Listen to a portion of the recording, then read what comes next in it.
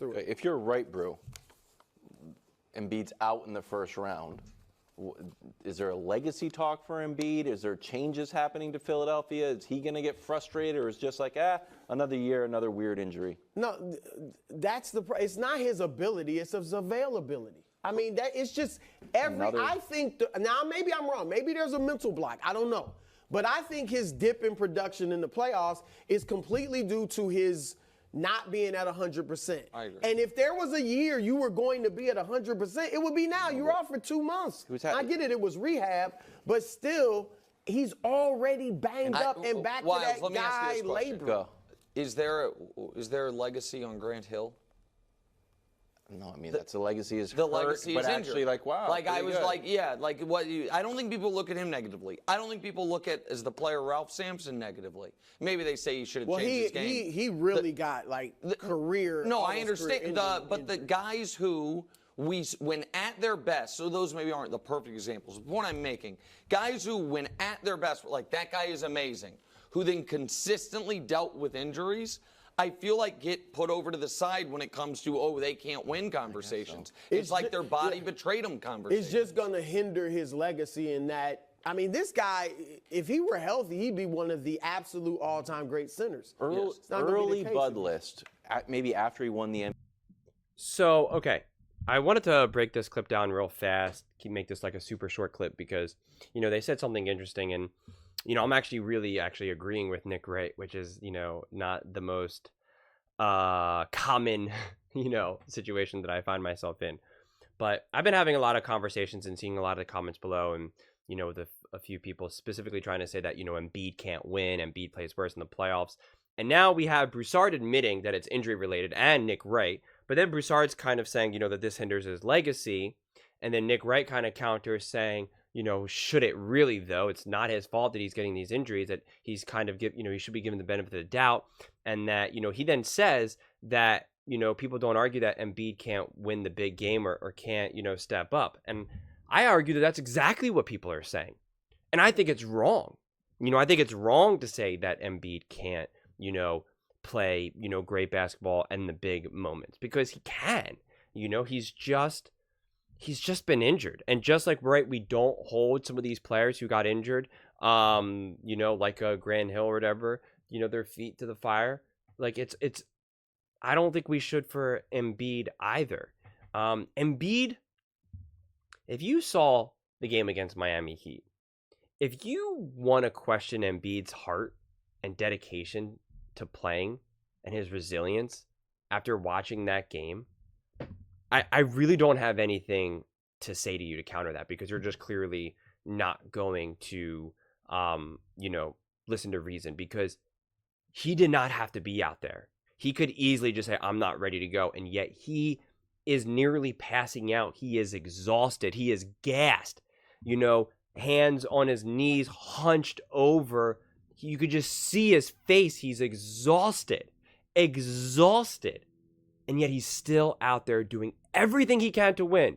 Even still diving for balls and slamming into the floor that you could feel the floor shake from the TV. That is heart. You do not see other players doing that. You do not see the ADs doing that. I mean, there's so many players that, get a splinter. They get a hangnail and they're not playing. And Embiid does everything he possibly can. And it hurts his averages in the playoffs. And yet he still does it. If you can't respect that, and even I say admire that, I don't know what to say. I mean, it's very unfortunate that he does keep getting hurt, and that this is the situation that he finds himself in. It's a bummer. It really, really is because just like Bruce said, and I really wholeheartedly agree with this. Let's say he was able to stay 100% healthy or very minor injuries relative to what everyone else is getting. He would absolutely be in the constant conversation of being the best player in the NBA right now. I mean, there's just no question. No question. And again, when we look at these championship winning teams over the years, no matter how far back we want to go, Embiid has not had a good team. He just hasn't. And everybody loves to compare him to Jokic. Jokic, one, has the gift of health, so that's already now big. And two, Jokic undeniably has a better team. Everyone wants to tell me that Jokic makes those players better. Yes, to a degree, but those players would still be great. Jamal Murray would still be great. Not to mention, he has a great head coach.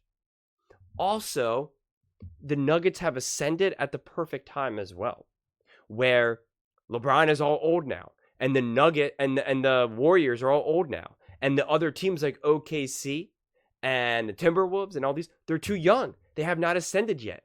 So the waters parted, the sea parted perfectly for Denver. They got to beat the Miami Heat to win. Okay, that is a gift.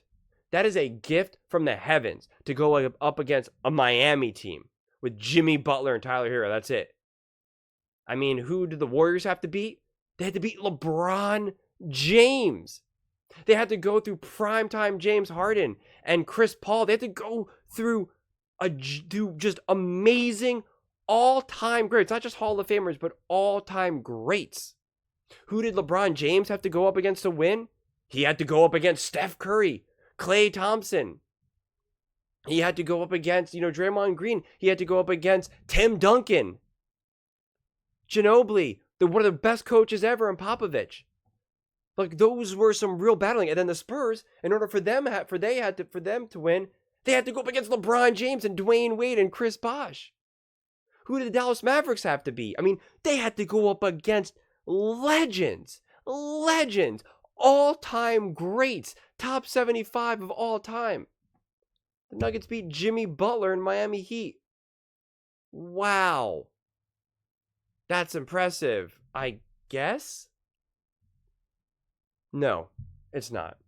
And I don't use this segment as a way for me to try to pull down Jokic. I think Jokic is unbelievable. I think Denver is a great team. I have said that I think that they'll probably win the championship this year. That the Lakers have no chance at beating them. So I'm not hating on Jokic. I'm not hating on Denver Nuggets. Not even close.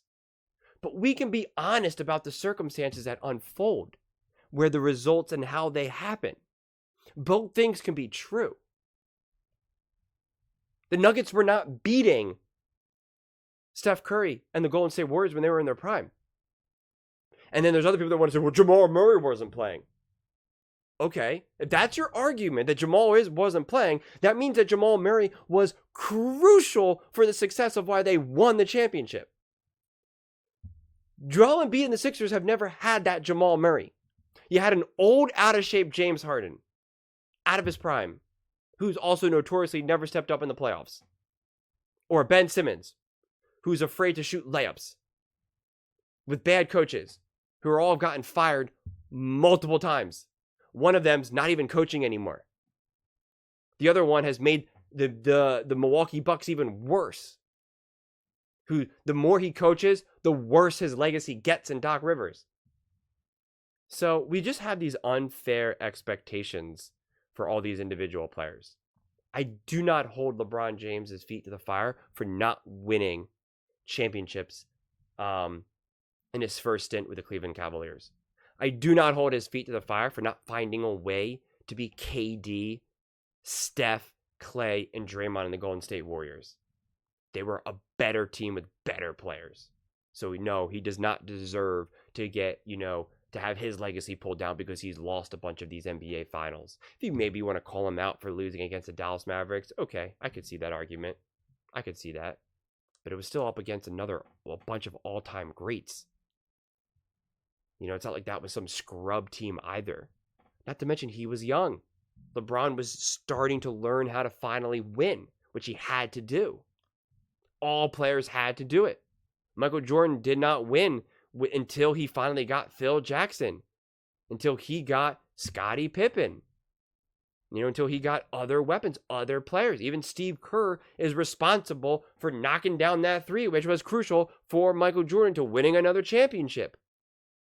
There's all these factors at play. Doesn't mean it takes away from Michael Jordan's legacy.